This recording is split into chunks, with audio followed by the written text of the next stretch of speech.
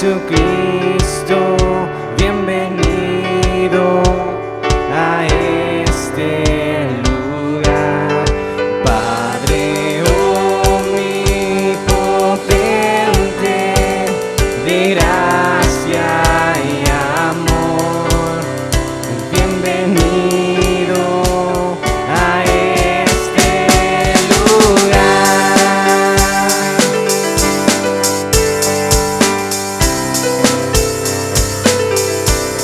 Espíritu Santo, bienvenido a este lugar.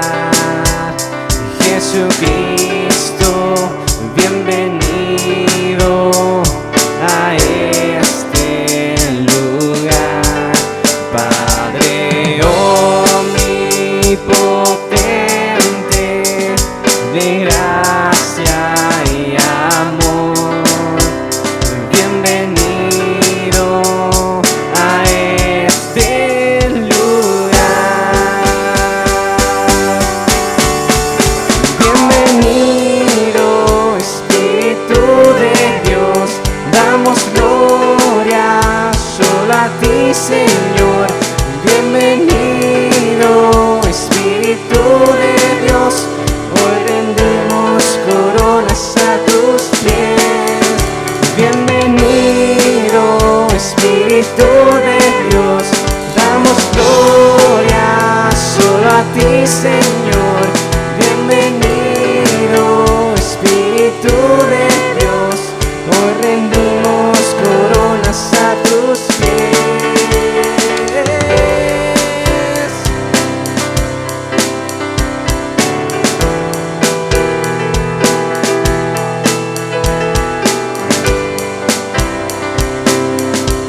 Que no eres más, Espíritu Santo. Santo, bienvenido a este lugar.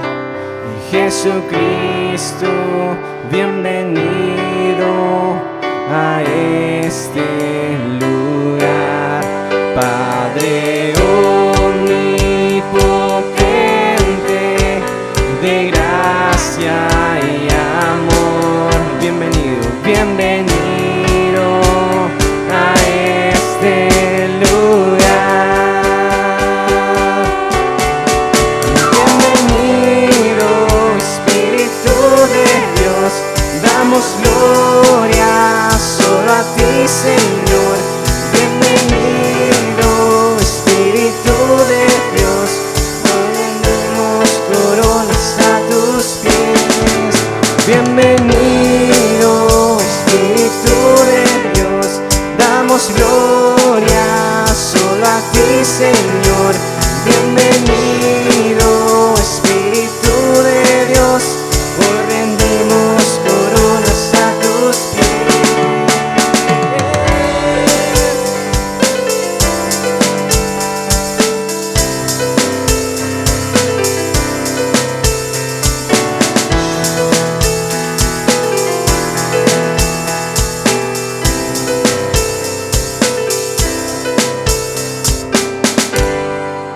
Hermanos, buenas tardes, Dios los bendiga. ¿Cómo están? Vamos a orar, ¿le parece? Vamos a pedirle a Dios que nos ministre ahora a través de su santa palabra a todos los que estamos aquí.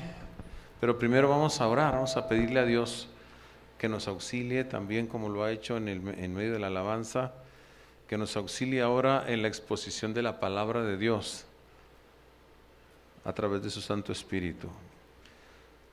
Padre, en el nombre de Jesús te alabamos y te bendecimos. Qué bueno es acercarnos, Señor, a tu trono a través de Jesús de Nazaret. Gracias, Señor, por haber abierto el camino, porque tenemos la oportunidad de llegar al mismo trono de Dios. Aquí estamos, Señor, necesitados de ti, de tu presencia, de tu verdad, de tu palabra, de ese trato que solamente tú puedes dar a los seres humanos. En el nombre de Jesús, la gracia, la virtud, la libertad del Espíritu Santo nos administre. Ven Espíritu Santo, Espíritu de Dios, te necesitamos. Abrázanos con esa presencia maravillosa tuya.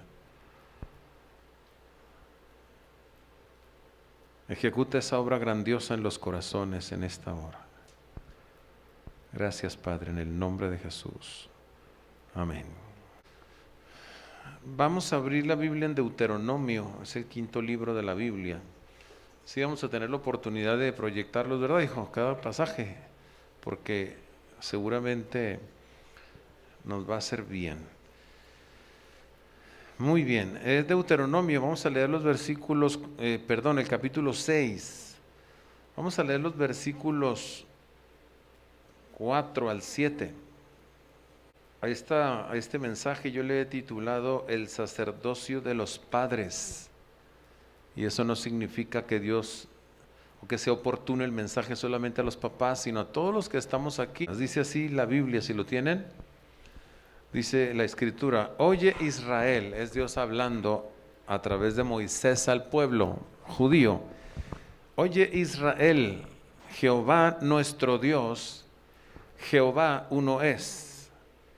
Y amarás a Jehová tu Dios de todo tu corazón y de toda tu alma y con todas tus fuerzas.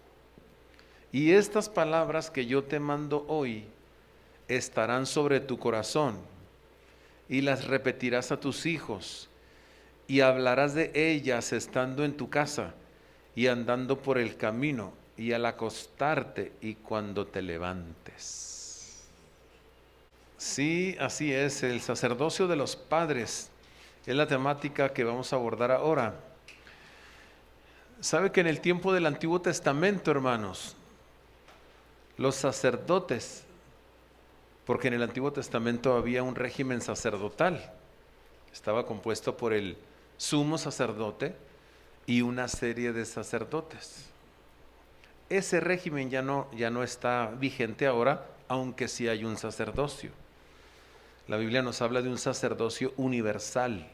La Escritura dice que enseña que cada uno de los creyentes funge como sacerdote y que Jesucristo es el sumo sacerdote.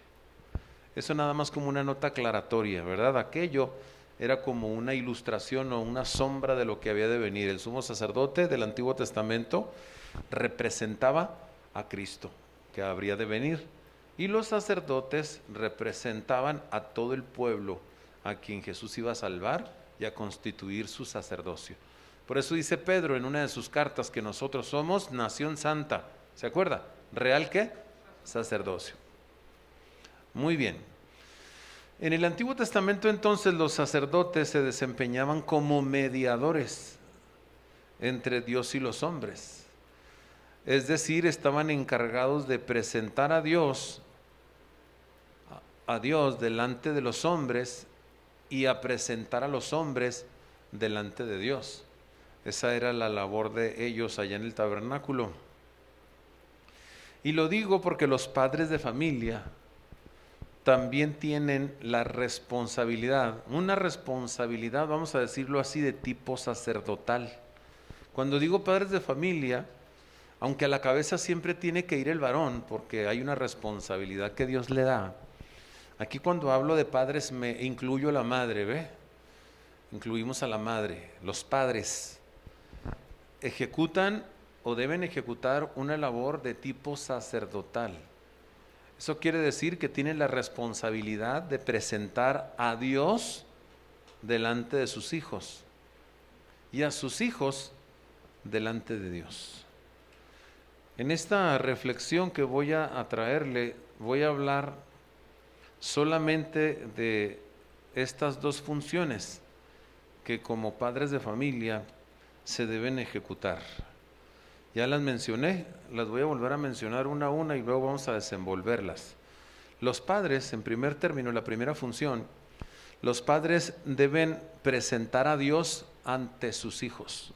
Gracias a Dios por los maestros, ¿verdad?, de la escuela bíblica, gracias a Dios por los predicadores de púlpito, por los predicadores de calle y por todos los que en cualquier lugar comparten el mensaje de la palabra.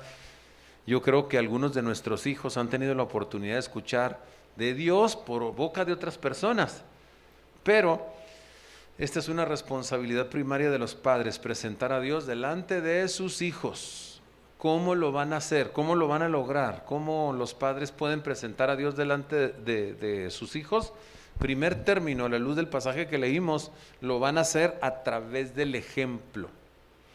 Eso es lo primerito, porque yo creo que es lo más poderoso, ¿no? Eso de decir, haz lo que digo, pero no lo que hago, no funciona. Definitivamente, los padres de familia van a presentar a Dios delante de sus hijos a través del ejemplo.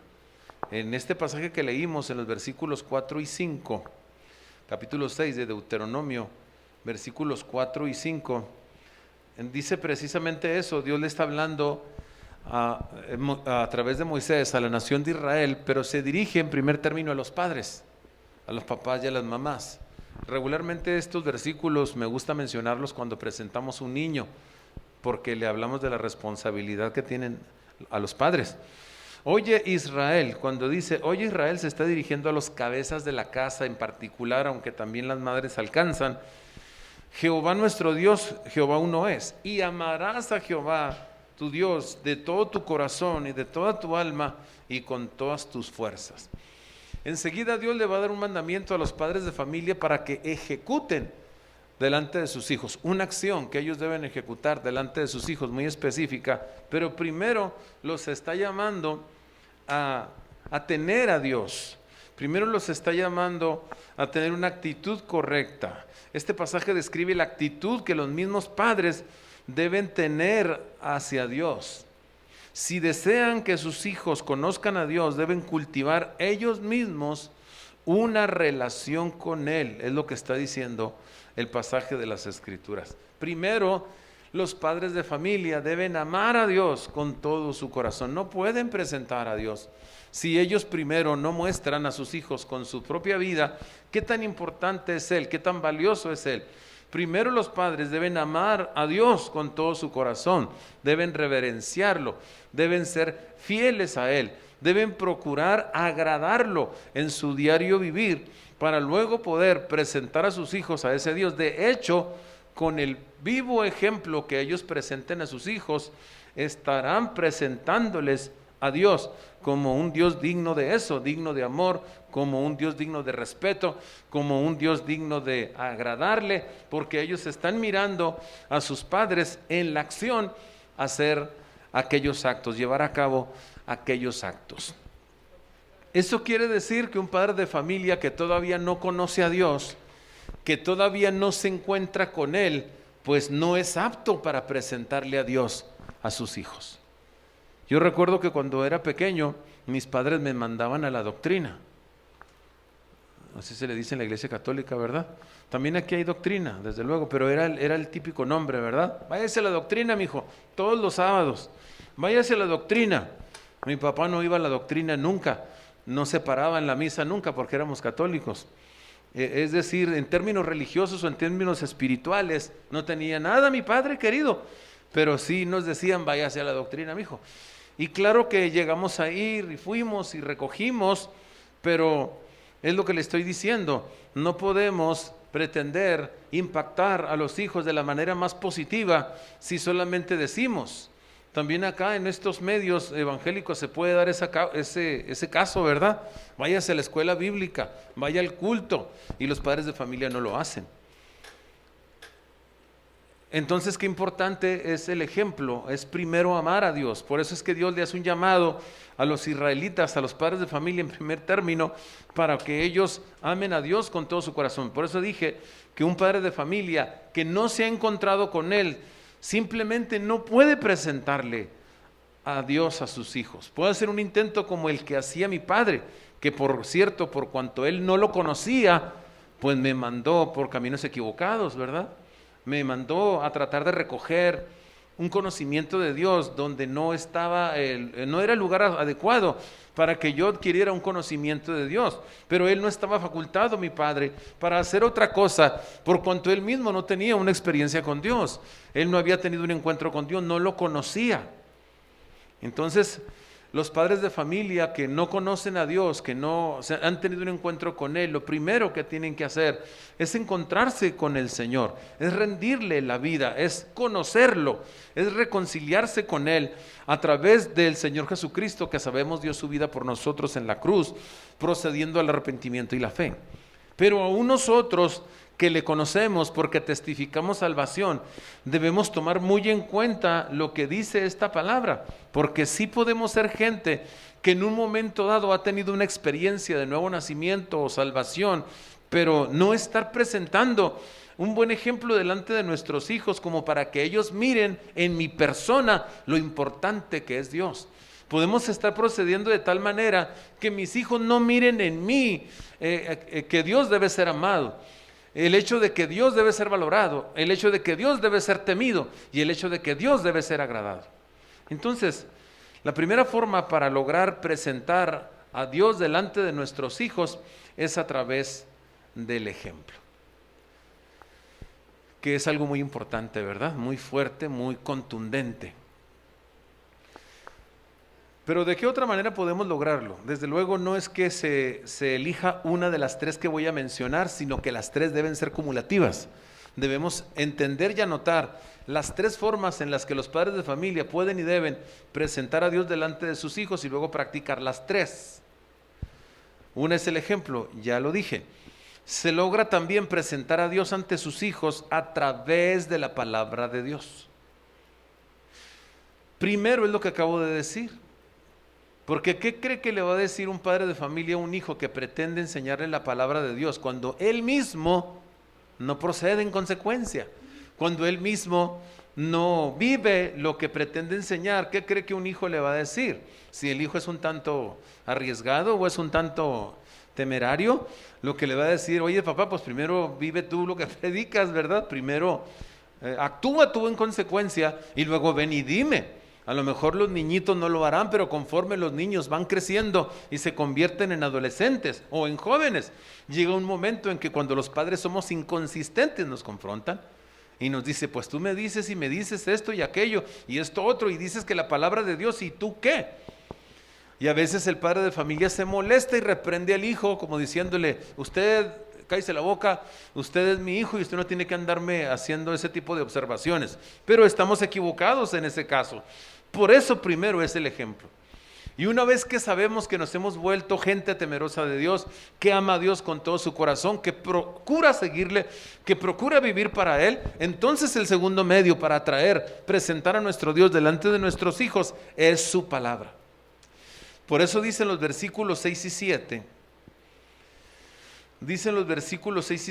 y estas palabras que yo te mando hoy, le dice Dios a los padres de familia, estarán sobre tu corazón. Note que otra vez aquí en este versículo le está diciendo Moisés a los padres de familia que primero ellos deben tener en su corazón la palabra de Dios, deben amar la palabra de Dios, deben valorar lo que Dios dice, deben darle importancia a lo que Dios dice. Lo que quiere decir que ellos deben conocer las Escrituras y apreciarlas. Estas palabras que yo te mando estarán sobre tu corazón, las vas a adquirir, las vas a abrazar, las vas a apreciar y luego, dice el versículo 7, las repetirás a tus hijos y hablarás de ellas estando en tu casa y andando por el camino y al acostarte y cuando te levantes. ¿Qué le dice esa serie de acciones que el pasaje nos muestra? Se las vas a repetir a tus hijos. Fíjese, en primera instancia habla de una repetición. A ver, aquí tengo varios maestros, ustedes no me dejarán mentir, que la primerísima ley de la pedagogía es la repetición. ¿No es cierto, maestros? La primerísima ley de la pedagogía es la repetición. Así aprenden los niños, ¿verdad? Le repite de diferentes maneras. Le repite hasta que aprende. Y a mí me llama la atención que qué grandioso es el Señor, que conoce nuestra naturaleza, ¿no es cierto? Conoce la naturaleza de los hijos también. Y por eso desde aquí, desde 1500 años antes de Cristo, está diciendo que hay que repetir. A ellos les vas a repetir estas palabras.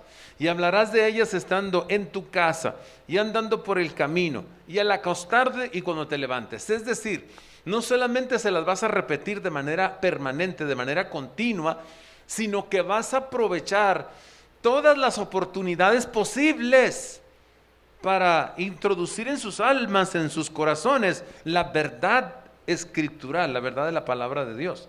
A eso se refiere cuando dice estando en tu casa, andando por el camino, al acostarte y cuando te levantes. Está hablando de aprovechar todas las circunstancias. Eso quiere decir que para hablar con nuestros hijos de la palabra de Dios, no significa que siempre tiene que ser de una manera formal, que usted se siente, coja el libro, abra las escrituras y le diga a su hijo, te voy a leer una porción de la palabra de Dios, mi hijo, y te voy a decir qué significa, o te voy a preguntar para que tú me digas qué entiendes. Eso tiene su lugar y en un momento vamos a reiterarlo en el segundo cómo, vamos a traer a Dios delante de nuestros hijos, pero aquí vamos a decir que no siempre tiene que ser así de formal. No dije que no lo hagamos de manera formal, eso tiene su lugar, pero no siempre tiene que ser así. Si usted anda en el monte, no tiene que tener la Biblia en la mano. Por eso los padres deben de tener la Sagrada Escritura en su corazón, en su mente, para que en algún momento en el monte o en un trabajo, en el oficio, o mientras andan por la calle, o mientras están enfrentando una problemática, o mientras están a la mesa, o incluso mientras están viendo un programa de televisión. ¿Cree usted que al estar mirando un programa de televisión podríamos en un momento dado sembrarle la palabra a nuestros hijos? Vaya que sí. ¿Podríamos aprovechar para compartirle la verdad bíblica a nuestros hijos? Sí. Por ejemplo, ahora lo que yo miro en televisión es que de pronto está usted mirando ahí algo y de pronto ya con este asunto de la ideología de género no falta cómo le metan ahí, ¿verdad? Imágenes que tienen que ver con personas del mismo sexo que están teniendo una relación ahí un tanto romántica. Si usted está ahí, por ejemplo, mirando televisión y de pronto sale una escena de este tipo en un comercial o en la cinta que están viendo, ahí hay una oportunidad para decirle, de hecho a mí me ha tocado decirle a mi nieto, mi hijo, hijitos, uno tiene 10 años y la otra tiene 6. Eso dice el mundo. Pero las Sagradas Escrituras dicen, estamos viendo televisión, las Sagradas Escrituras dicen que Dios al principio los hizo varón y hembra, hombre y mujer los creó Dios. Y la voluntad de Dios es que entre hombres y mujeres cuando crecen y se enamoran, se casen. Pero lo otro, eso no va de acuerdo con la voluntad de Dios, eso está mal hecho. Así, una ráfaga, una cápsula. Es así como presentamos a Dios delante de nuestros hijos en diferentes maneras, en diferentes lugares y en circunstancias informales, sin necesidad de abrir la Escritura, aunque haya otras maneras en que abramos la Escritura. La palabra de Dios testifica, hermanos, de la realidad de Dios. Por eso debemos hablarle a nuestros hijos de las Escrituras, de la palabra de Dios. No debemos dejar pasar la vida sin mostrarles lo que Dios dice en su palabra de una forma o de otra, sean niños, sean adolescentes o sean jóvenes nuestros hijos. Aproveche cuando sus niños están pequeñitos, porque los niños absorben y los niños, aunque no entiendan al 100% lo que usted les está diciendo, los está impactando con la verdad de las Escrituras y hay que repetírselas. Dios dice así, Dios dice así. Le estoy diciendo que ya hablamos de estos temas con la criaturita que tiene 6 años. Tal vez no entienda al 100% lo que se le dice, pero está entrando el concepto de la palabra de Dios y la voluntad de un Dios santo a su mente y a su corazón. La Escritura testifica de la realidad de Dios, dice cómo es Él, dice qué es lo que quiere, enseña qué espera de los mortales y marca el camino de la salvación, que es lo más importante. Como lo dijo Pablo en 2 de Timoteo capítulo 3 versículo 15, las Sagradas Escrituras, las cuales te pueden hacer sabio para la salvación en Cristo Jesús. Eso fue lo que le dijo Pablo a Timoteo. Las Escrituras te hacen sabio para la salvación en Cristo Jesús. Hay que presentar un Dios que perdona, un Dios que ama, un Dios que salva. Es a través de la Escritura. Nuestros hijos deben conocerlo. Nuestros hijos deben saber. Y los padres somos los responsables de darles este conocimiento a nuestros hijos a la luz de las Sagradas Escrituras. Cuando combinamos estas dos cuestiones, estos dos comos, cuando modelamos el amor a Dios, modelamos el respeto a Dios, modelamos el anhelo de agradar a Dios, y cuando tomamos la palabra de Dios para compartirles quién es Él, qué es lo que Él pretende, qué es lo que quiere de nosotros y qué es lo que quiere para nosotros, entonces estamos dando dos pasos muy importantes para presentarle a Dios a nuestros hijos, presentar a Dios delante de nuestros hijos. ¿Cuántos padres usarán la Biblia para hablar de Dios a sus hijos? Tenemos que utilizar la palabra de Dios, amados, para hablarle de Dios a nuestros hijos. No solamente nuestros conceptos, no solamente lo que nosotros creemos, lo que Dios dice en su palabra. Es muy importante usar las Escrituras para presentar a Dios delante de nuestros hijos.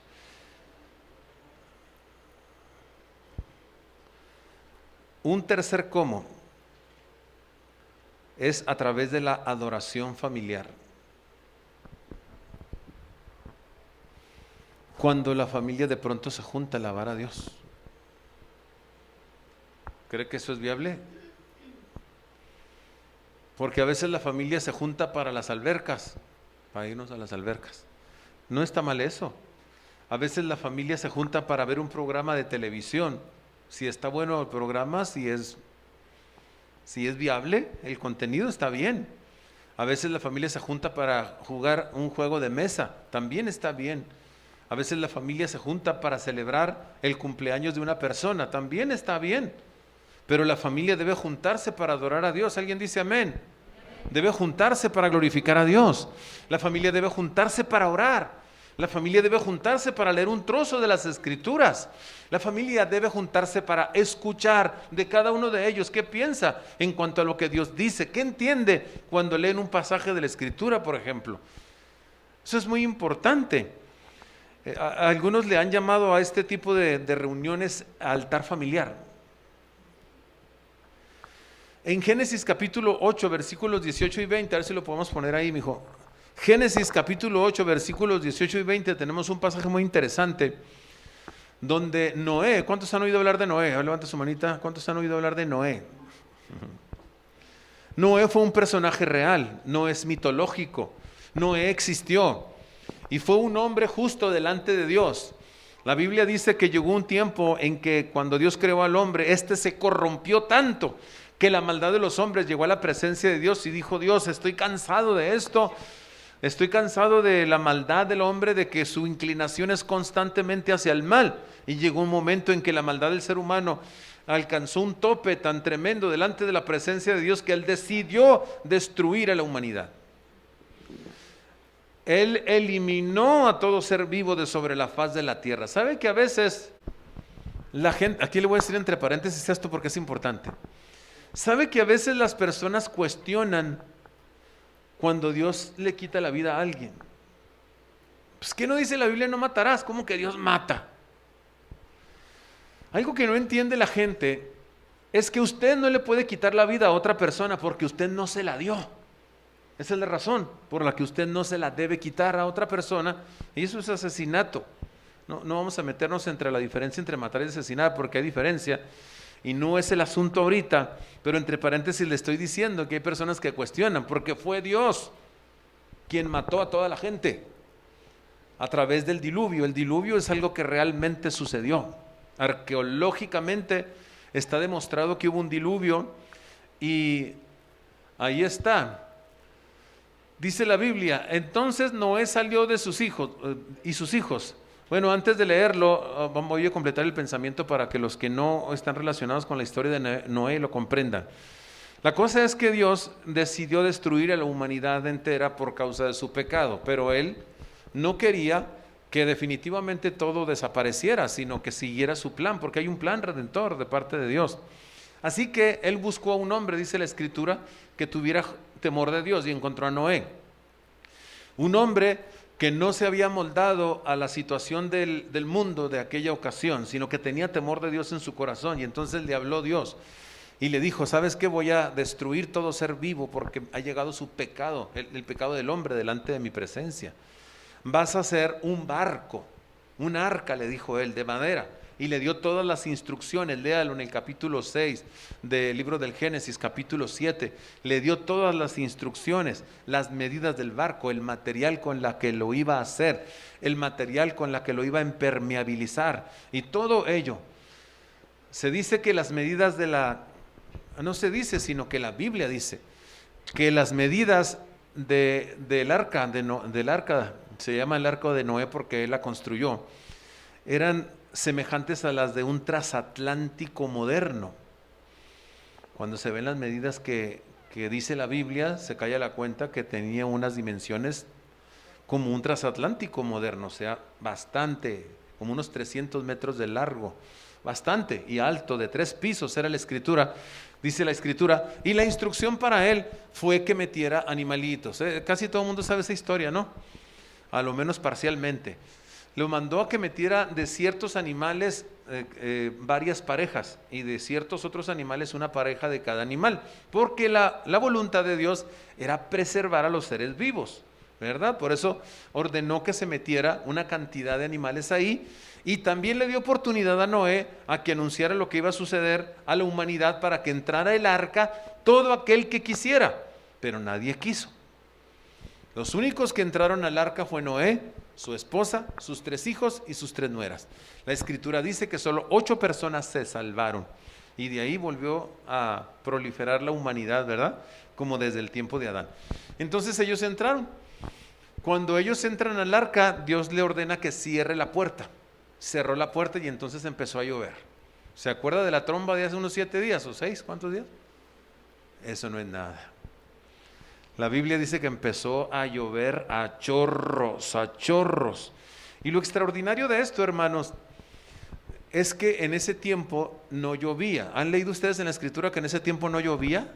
La gente no conocía la lluvia, no existía ese fenómeno.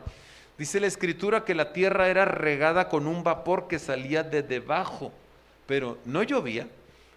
Ahora decimos como de broma, está lloviendo de arriba para abajo, está cayendo agua de arriba, pero en aquel tiempo hubiera sido algo muy, muy cuerdo decirlo. ¿Cómo que está cayendo agua de arriba para abajo? Sí, porque no existía ese fenómeno.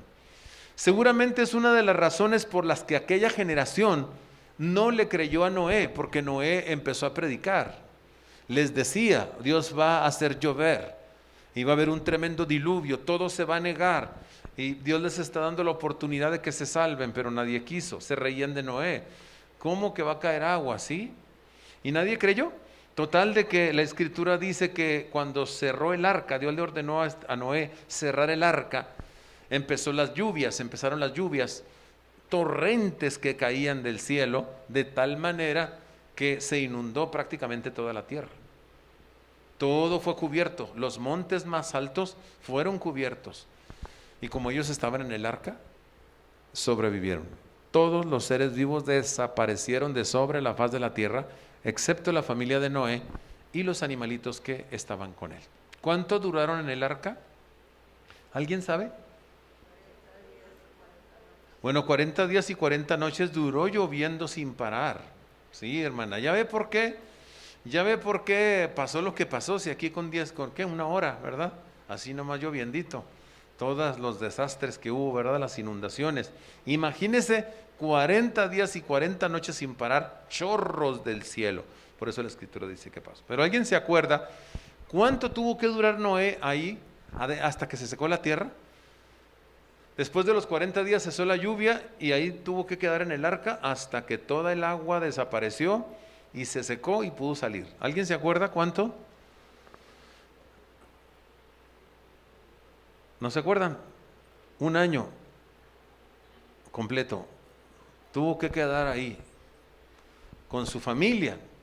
La cuestión es que cuando salen, imagínense ustedes después de 1 año de encierro, tipo pandemia, ¿verdad? Pero ese sí estaba encerrado y con elefantes y con... Imagínese usted. Ese sí estaba encerrado ahí, 1 año encerrado. Y cuando salen, pues sale contento, dice la escritura. ¿Y qué cree que fue lo primero que hizo? ¿Se fue al parque? No. ¿Se fue a las albercas? No. ¿Qué fue lo primero? Ni albercas había ya, ¿verdad? ¿Qué fue lo primero que hizo Noé cuando salió? Léalo ahí en la Escritura, capítulo 8, aquí lo tenemos, ¿ya? Chicos, ahí está. Entonces salió Noé y sus hijos, su mujer y las mujeres de sus hijos con él, todos los animales y todo reptil y toda ave, todo lo que se mueve sobre la tierra según sus especies, salieron del arca. Y edificó Noé, ¿qué?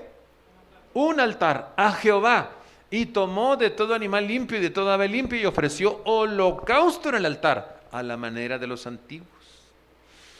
Pero dice que salió con sus hijos y su mujer, es decir, que los convocó y él edificó un altar. Y lo primero entonces que hizo, cuando se secó la tierra y tuvo la oportunidad de pisar tierra firme, es adorar el bendito nombre del Señor, buscar a Dios. Por eso Noé fue un hombre elegido en aquella generación para esto extraordinario que Dios hizo a través de su vida. Convocó a su familia, sus hijos, Sem, Cam y Jafet. Sus nueras y su esposa estaban ahí con él, mientras él ofrecía sacrificios a Jehová y lo adoraba con todo su corazón. ¿Cómo presentamos a Dios delante de nuestros hijos? A través de la adoración familiar. Cuando no solamente nos limitamos al culto en la iglesia, cuando no solamente nos limitamos a la escuela bíblica en la iglesia, sino cuando tenemos nuestros tiempos de pronto como familia para cantarle a Dios. Amén. La periodicidad, cada cuando, no podemos ser dogmáticos. Podrá ser todos los días, podrá ser una vez a la semana, podrá ser una vez cada 15 días, pero lo cierto es que debe haber momentos en que la familia se junta, se reúne para cantarle a Dios, se reúnen para orar a Dios juntos, se reúnen para tal vez dar una palabra de testimonio de alguna intervención que Dios tuvo en su vida. Y se reúnen para leer las Sagradas Escrituras, a ver qué nos dice Dios. Es grandioso eso. Hay un sacerdocio cuando hay una convocatoria a los miembros de la familia para que busquen juntos a Dios. Hay un sacerdocio que se está ejecutando y entonces los padres están haciendo lo correcto para presentar a Dios delante de sus hijos. ¿Cómo dije que se logra? A través del ejemplo, a través de la palabra de Dios y a través de la adoración familiar, como lo hizo Noé con los suyos en aquella ocasión.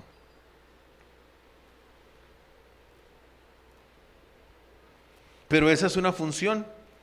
Hay una segunda función que me voy a apurar porque el tiempo ya se me fue. Los padres deben presentar ahora a la inversa a sus hijos delante de Dios. Es así como está completa la función. Primero presentamos a Dios delante de nuestros hijos para que lo conozcan y luego presentamos a nuestros hijos delante de Dios, porque eso es muy importante. ¿Cómo se logra esto? A ver, hijo, Salmo 25, 4 y 5, por favor. En primer término se logra a través de la oración por dirección, es decir, cuando oramos para pedir dirección. ¿Cuántos están de acuerdo conmigo que para tratar a los hijos y para dirigirlos necesitamos nosotros mismos dirección? Necesitamos sabiduría, ¿no es cierto? ¿Por dónde? ¿Cuántas veces ha estado usted perplejo?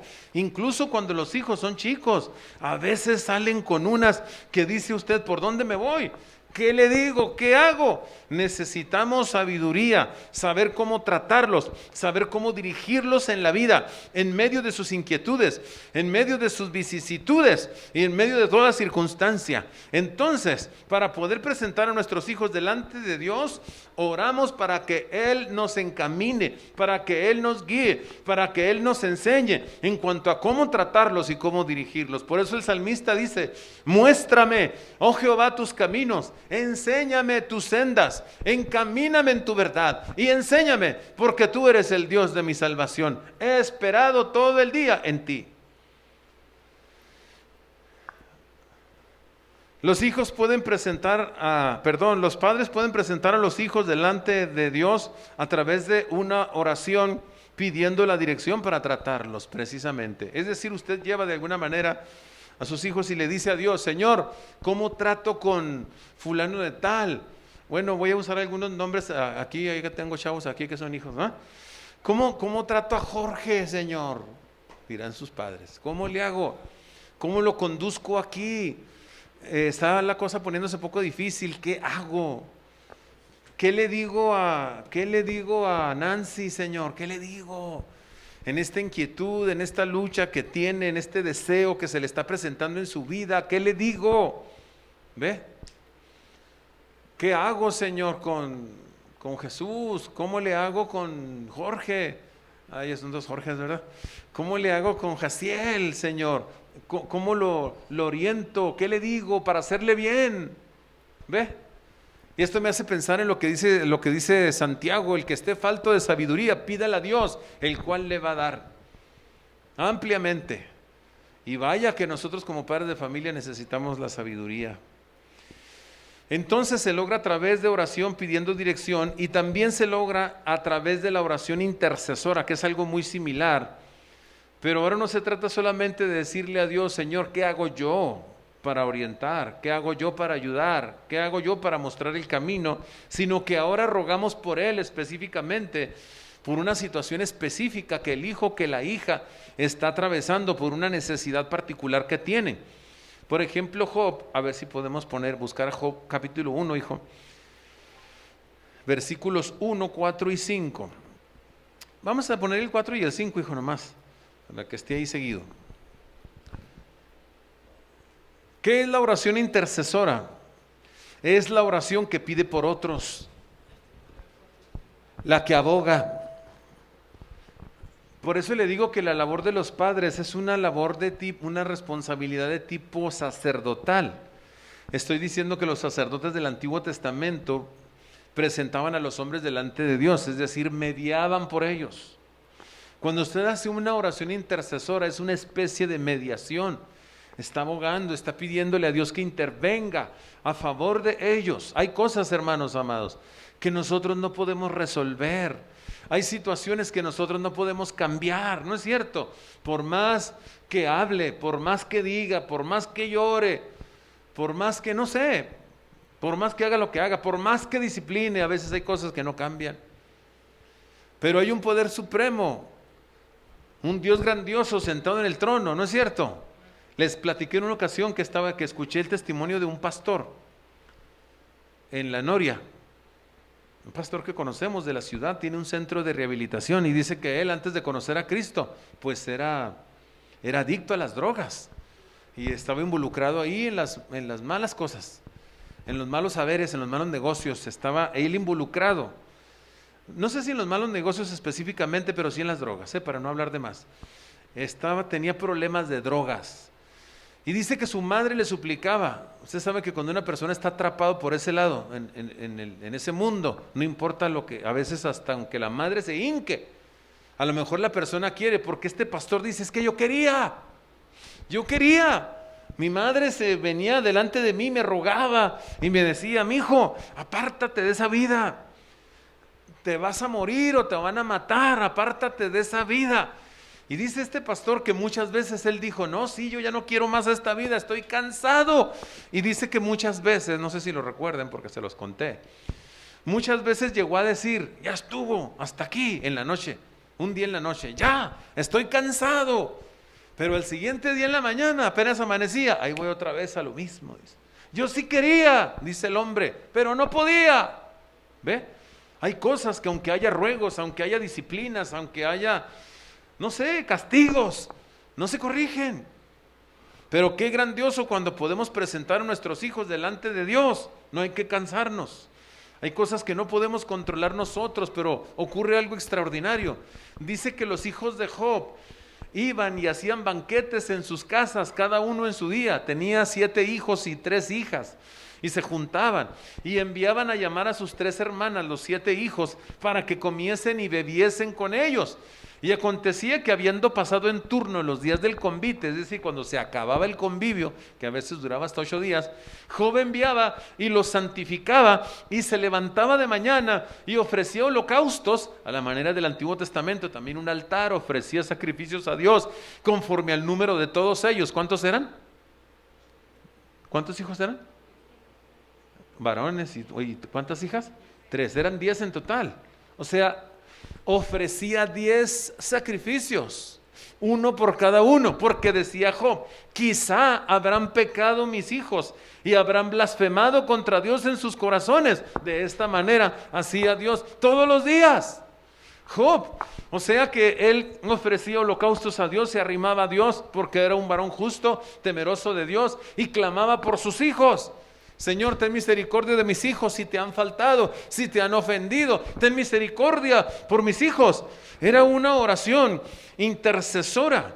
Es indispensable pedir a Dios en favor de nuestros hijos. Es así como se presenta a ellos delante de Dios. Intercedemos por ellos, pedimos por ellos, para que les vaya bien, por ejemplo, o para que sean guardados de tentación, o por su salud, o por su salvación, etcétera, etcétera. ¿Qué tanto podemos pedir por ellos? Todo lo que sea factible. Aquello, sobre todo aquello que usted sabe que no puede gobernar. Señor, mira, este muchacho, esta muchacha está metida hasta las orejas en esto, no puedo sacarlo, no puedo sacarla. Dios, ven a intervenir, no se canse. Si está intercediendo por un hijo, por una hija, aunque siempre debemos hacerlo, pero a veces hay intercesiones muy especiales, ¿verdad? Porque los muchachos están, o las chicas, están en situaciones muy especiales, muy inconvenientes a veces, o en una situación crítica. No se canse de interceder. Hay un Dios en los cielos que escucha. ¿Alguien puede decir amén a eso? Hay un Dios en los cielos que oye. Estaba escuchando el testimonio del hermano Gary Wilkerson. El hermano es hijo de David Wilkerson, que ya falleció. Siervos de Jehová, utilizados por Dios para sacar a mucha gente de las drogas. Dice que le pasó lo peor que pudo haber pasado. Ellos tienen centros de rehabilitación, como 1000 centros de rehabilitación en el mundo. Fundó David Wilkerson, y ahora que murió David, pues está Gary, su hijo, a cargo. Pero dice el hermano Gary que le pasó lo peor que le pudo haber pasado, que de pronto 2 de sus hijos empezaron a apartarse de Dios, porque pues uno recluta a sus hijos desde que nacen, hermano. Los que nos dedicamos a esto, y los que siempre han sido cristianos, o que son cristianos cuando sus hijos nacen, desde la cuna les vamos orientando en el camino y les vamos sembrando la palabra. Claro que el hermano Gary hizo lo mismo con sus hijos, pero dice que cuando tenían cierta edad, 2 de ellos se le alejaron del Señor y empezaron a consumir drogas, empezaron a fumar marihuana, y luego de repente vio a sus hijos con marcas aquí donde empezaron a inyectarse la heroína. Fue terrible, dice él, terrible. Fue algo espantoso, me sentía como una pesadilla, desde el hermano Gary, que no podía despertar. De tal manera, y se fueron hundiendo, y imagínense ellos ministrando en centros de rehabilitación y predicando la palabra, y sus hijos perdidos. A veces pasa así. Es el ataque del diablo, ¿verdad?, que quiere detener a los siervos de Dios. Y dice que se fueron, pero bien abajo los muchachos. Que en una ocasión platicó como una de sus experiencias en ese tiempo en que sus hijos anduvieron lejos, que en una ocasión su hijo menor, él dice, mi baby son, el niño chiquillo, pues ya era un joven, ¿verdad?, pero el bebé, el más chiquillo, que andaba bien perdido, le habló y le dijo, papá, tengo frío y tengo hambre. Imagina. Y dice, pero uno que conoce este mundo sabe que cuando un adicto te llama y te dice, tengo frío y tengo hambre, lo único que quiere es una cama caliente y un taco, y robarte en cuanto te descuides. Y yo tuve que decirle a mi propio hijo, y por su propio bien, no puedes venir a casa. Se me partió el alma, dice, porque él había decidido salirse, pues para andar en la vagancia. Mi esposa y yo orábamos y orábamos por él, dice, orábamos por ellos, por los dos, orábamos y orábamos y orábamos, y parecía que cuanto más orábamos, peor se ponía la cosa. A veces eso se ve y así sucede, porque el enemigo se levanta con toda su furia, a oponerse. Pero orábamos y orábamos, pero dice que en una ocasión, pues no bajaron la bandera, siguieron intercediendo por sus hijos, intercediendo por sus hijos, y no bajaron la bandera a pesar del dolor. Y en una ocasión les habló uno de sus hijos estando en la cárcel. ¿Puedo imaginarlo? Qué triste. Pero le habla a las 3 de la mañana, estando en la cárcel el hijo, y le dice, papá, ha pasado algo extraordinario. Estaba yo aquí acostado en mi celda y de pronto vi una luz enorme, una luz brillante que se apareció delante de mí, y Dios empezó a tratarme. He tenido una experiencia extraordinaria con Dios, dice, como nunca la he tenido. Y dice que desde ese momento su hijo instantáneamente dejó las drogas. Usted sabe que la heroína es una droga pesada, que no la sueltan nomás así, tienen que Pues los efectos de la abstinencia son muy fuertes. Pero dice que de la noche a la mañana quedó libre, porque cuando Dios hace las cosas son extraordinarias. Amén, hermano. Cuando Dios interviene, cuando Dios rompe ataduras, eso es definitivo. Dios es un poder grandísimo, extraordinario. Y entonces el hermano testificó en esa campaña donde él estaba testificando. Lo estaban acompañando sus 2 hijos, ya convertidos, y iban a dar conferencias a los adolescentes. ¡Qué lindo! Sí, qué lindo, qué victoria, pero qué crisis pasaron. Por eso no debemos dejar de interceder. Así presentan los hijos, los padres, a los hijos delante de Dios a través de una oración intercesora. No deje de interceder por sus hijos. Esto es bueno para los chicos porque dentro de unos años van a estar en los zapatos que usted está.